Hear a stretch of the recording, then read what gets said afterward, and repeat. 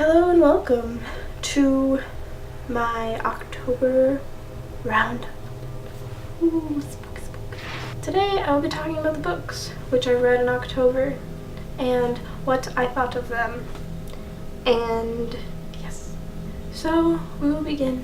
Now I'll put down my makeshift hood and we will begin. This is as festive as I can get because I don't have a Halloween costume, so bear with me. The first books I read in October were The Dead-Tossed Waves and Dark and Hollow Places by Carrie Ryan. These books are about zombies, and it's in a world after the zombies have already taken over and humanity's kind of trying to fight back and all of that. These are the second and third books in the Forest of Hands and Teeth trilogy. I loved these books. This one, a little bit more than this one. And I also liked both of these a lot more than I liked The Forest of Hands and Teeth. These characters in them were so good, and I can't really tell you a lot about them because they are sequels and everything, but they are from different perspectives, and there's just so many plot twists, and it's good. They're good. I really like this world, and I don't really know why. I like the zombies in it, and I like their little societies, and this one's kind of sad and depressing when they talk about their world, but I don't know, I really like them. It's really cool. If you're looking for good zombie books and you haven't really gotten into any yet, try this trilogy. They're all pretty short and they're really good, in my opinion. And they're from female protagonists, so yeah. I gave The Dead-Tossed Waves 4.5 stars, I think. And I gave this one 4 stars. The next books I have are the Rotten Ruin series. I read Rotten Ruin. Oh, and these are by Jonathan Mayberry? I don't know how to say his name, but Rotten Ruin.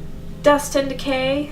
And I am still working on Flesh and Bone. I have just over 100 pages left until I'm done, so I am planning on finishing it today, so I'm still including it in this wrap-up.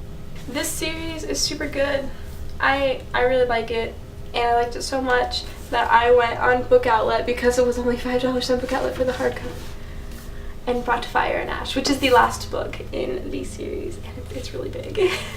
These books are awesome, and they're so good, and they follow Benny, and it's the same kind of setup as the Forest of Hands and Teeth. This is after the zombies have taken over and people have kind of made their own little societies and everything and go with it. And these books are so good. I love the characters in it. There's little love stories and I really like them too. And they're intense and they're sad. They're so sad. They're so good though.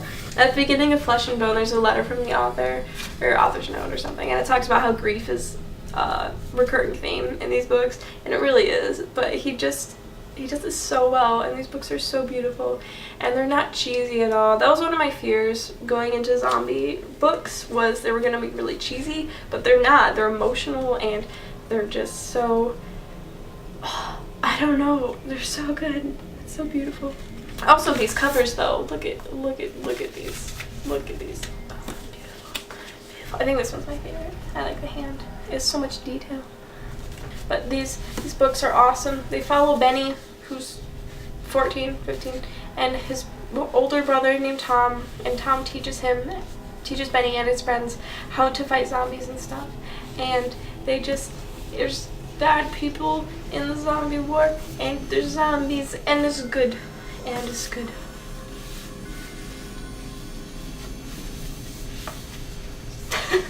I don't really know what else to say about these. They're good. I think there's a lot of action in these too. A lot of fighting. A lot of action. A lot more in these than the other ones, but the characters are amazing and wonderful. They're so realistic, and I really love how this author kind of puts things in perspective. Like, some books, like, oh, the world's ending and everything, and life sucks, but so this is and then they kind of have things that are unrealistic and wouldn't really happen, but here it's totally realistic, and even the relationships are like, you're just doing this because you know this and this and this happened, and I just it's so good, and they ask all the right questions. Like, all the people are like, why are there zombies like this? And other books ask that, but they never answer it. And this one, they're, at least where I'm at, they're trying to. So I'm super excited to finish this series. I'll put a review of Flesh and Bone on my Goodreads as soon as I finish it. I won't put it in next month's video or anything. So if you want to see my feelings about this, check it out on Goodreads. Then it should be up by tonight or tomorrow. Rotten Ruin was super good. I gave this book 4 stars. Benny, I just kind of he has a lot of character development in this book, but I kind of had problems with the way his character development, like, it just happened really fast, I guess, and I didn't really like that.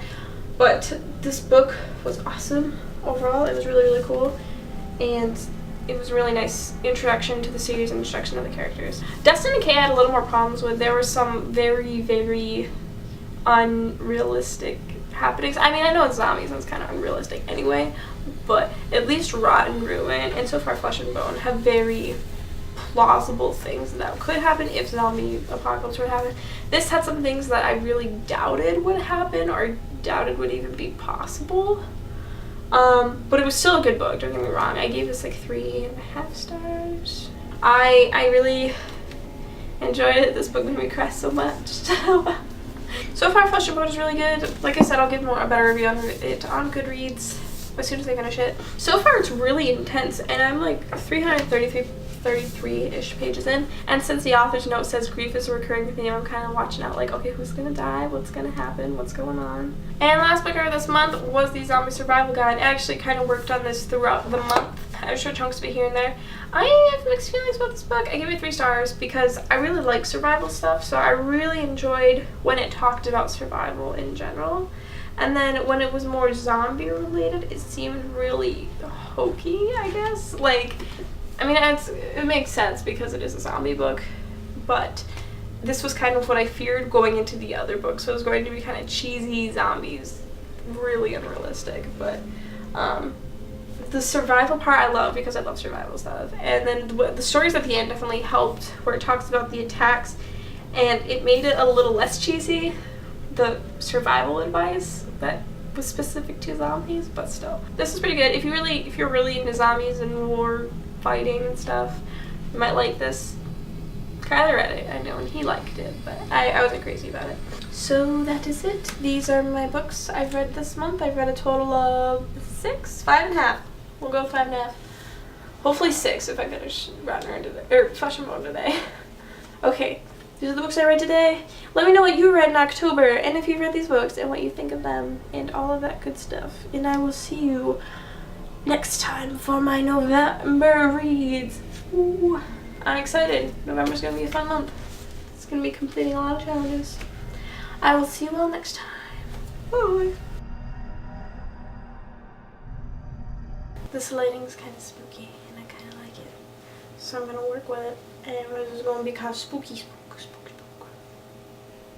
There's people in the hallway, and they're loud, so I'm gonna wait for them to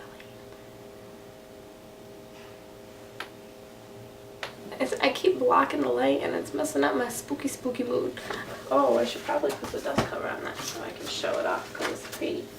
But, oh no, my other book's falling down. Oh, book collapse. Okay. It's cold out, and just giving my nose a little stuffy, so that's why I'm sniffly. Ah, they're kind of heavy. Oh man. Where is it? There it is. I don't think that's up. Oh, it is. Good job. Oh no, it's gonna fall again.